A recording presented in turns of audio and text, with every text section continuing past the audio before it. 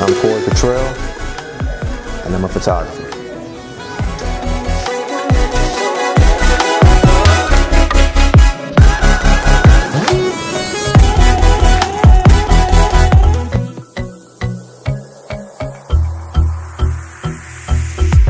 Well, Derek Blinks is a well-known photographer here in the city and actually all around the United States and probably the world. And I call him AKA Black Hollywood because he pretty much any black celebrity that you can think of. You got Brandy, you got CeeLo, Taraji B. Henson. You know, he's done them. You know, you name him, he's done them all.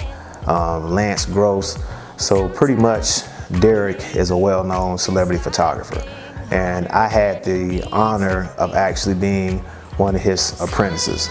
So that's kind of like he's my mentor. You know, he's kind of like the guy that kind of made this Frankenstein type monster out of me and a whole bunch of other assistants that we know now that are well-known photographers out in the country as well. How'd you get that position? Actually, I got that playing around.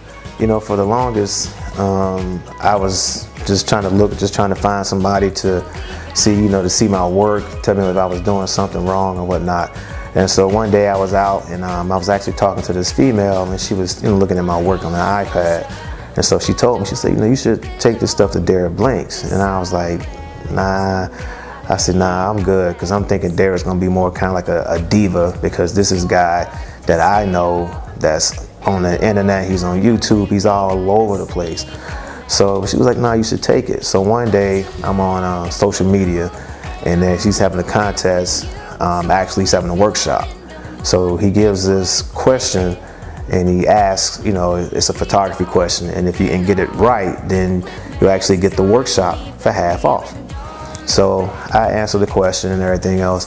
So then I make the phone call and I ask, well, how much is the workshop? So the workshop is this amount of money that I don't have. So I go to the studio and didn't realize how it was set up. So I open the door, pow, and the blinds and stuff start shaking and everything, and Derek is right there and he's talking to somebody, kind of giving like a class. So I hurry up and sit down right fast and I go to listen to what he's saying. So he's talking, I'm like, okay, I know this. So I felt real comfortable with actually, you know, going to get my iPad. So I got the confidence to go ahead and take the iPad over to Derek, and one of the assistants happened to be there that next day. He starts cycling through, so he's like, man, you shoot a lot. I was like, yeah. So he starts asking me about retouches, and I told him I do all my own stuff. So he tells me, well, I have a position to be opening up in the next week or so, would you be interested in it? I was like, yeah, cool. So I give him my card, and 1 week goes by, 2 weeks, 3 weeks, and I'm like, see, I knew it. Dude ain't gonna even call me back. So I do a follow-up and I go to the studio just to tell him thank you for looking at my pad. So his secretary at the time, she's downstairs and she's like, well, Derek's coming down. He'll be here in a minute. And I'm like, nah, I'm cool. I just wanted to, you know, just say thank you. But she was like, no, he's coming downstairs. So right when I'm about to walk out the door, here comes Derek, and he was like, yo, I've been looking for you, man. I've been looking for you. You got time for an interview? And I'm like, nah, man, I just came from the gym. He said, I don't care about that. And went upstairs and had an interview. And fortunately, I had just made Men's Book, and I also had made Essence Magazine dealing with Brandy. So that came about, and the guy asked me, when can you start? And I said, yesterday. Lighting was was the number one, was the big key. That was the make or break for a lot of us, and especially for me, because me, you know, I started off as a street photographer. And so basically, I always had light. You know, I had light all the time, you know. So it was just on me. And then when I started doing wedding photography, I still had light, but I had it, you know, with a flash. But now when you're doing photography, it's so many lighting techniques that you can use to capture images. And the one thing about it is, once you got that lighting right, then the image takes on life itself. So lighting was kind of difficult for me, but once I got the lighting down and knew what I wanted to do, and knew that how I could make something actually change from one thing to the next, then I was good to go. And my shot that I did with Cottrell, that was one of those shots because it was part of the challenge. And I was upstairs, I wasn't looking at nobody else, you know, looking at what they were doing. And when I came down, you know, I had it all planned out, had it all set out and everything else. And I felt good actually taking the shot. And then Pooch was like, you know, man, that was some heat. And I was like, yeah, okay, so both of us got the same feeling. So I couldn't wait to get in the post and to post it. So that's one of my, matter of fact, it's on my wall now, man. And so, you know, and as a matter of fact, it's on my business cards. I was so proud of that shot. And I actually had like 3 or 4 great shots. And I was just like, man. So if I had to do anything like that, that Cottrell shot, be like, you know what, that put me in the game. To be honest with you, man, when I started doing the street photography and everything else, I looked at street photography as artwork. And so every time I stepped out and I started doing different things, and I started looking at it, you know, just a fire hydrant, you know, I started looking at it like, okay, what type of art could I make with that? So now every time I take an image now, it's more like art. How can I make it so that it can go in a gallery? How can I make it unique? So transitioning from street photography to photography like I am doing now at this capacity, it actually helped me because, you know, street photography, as you know, it's art, and it's what you make of it.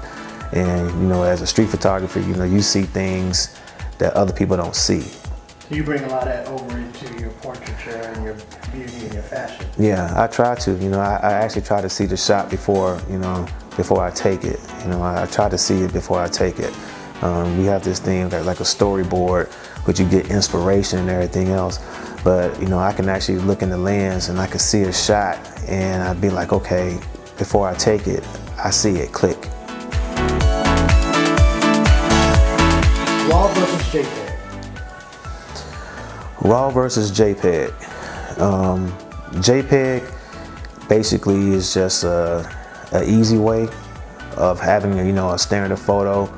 RAW is basically going to give you more options to play with that image. You know, if you go into Lightroom, if you go into Photoshop, if you have a RAW image, you're actually going to have more things to actually play with. Now, what I do, I tend to shoot both. I shoot in RAW and in JPEG. Your JPEG file, you can actually get that to the client, you know, right off the top. Your RAW file is the one you want to come back and play with, and you can do all your post-production with. 6D, I've actually had quite a few cameras. I actually started off as a Nikon guy. Then I moved to a Canon, to a 7D. Then I picked up a Mark II. And then I was gonna get a Mark III, but then I started doing some research, started doing a lot of YouTube, and started looking at a lot of statistics and everything else with data. And everybody was real happy with the 6D. So I had that 6D and I'm happy with it. So you grab your 6D, what's the one lens you can carry with you? What would you put in your bag? My 24 to 105. Yeah.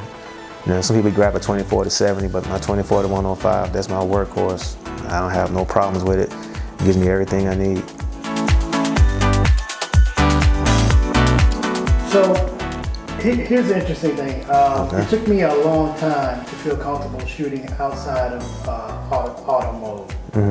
Manual was very stressful, right? Especially when somebody said, you gotta get the shot. What got you comfortable shooting in manual And is there ever a time when you think a photographer could get away with one of the auto modes, whether it be TV or TV? Oh, that's a good question. Auto, you can get away with auto, but once you're in the auto, you're like stuck in that lane, and that's it. Manual gives you everything you can play with. You know, auto it's just set, and that's it. It's just either gonna be this or nothing. Manual gives you, you know, to mess around. You can play around with it, and also with manual, if you're trying to do all your adjustments in Lightroom or in Photoshop, you can do more with your adjustments in the manual mode. But you know what though, a great thing that I picked up, man, when I first started was this book called Understanding Exposure. I was actually trying to look over because I think I might have it over there in my collection. But there's a book called Understanding Exposure, and pretty much it gives you everything you need to know about photography. It even gives you things to do, and it helps you to understand your manual modes and auto mode and everything else. So if I could find it, man, I'll let you have that book, man. I'll bless you with that book.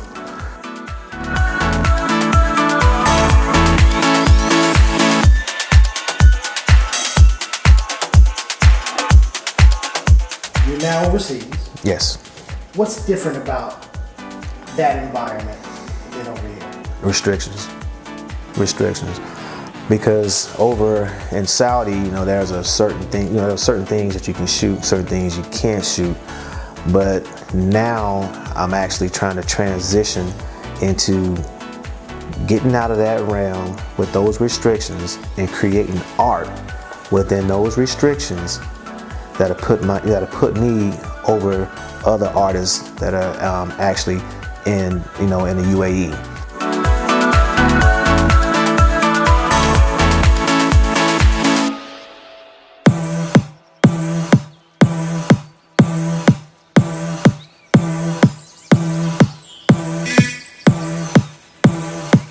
Like they have this saying that everybody's a photographer till you turn it over to that M.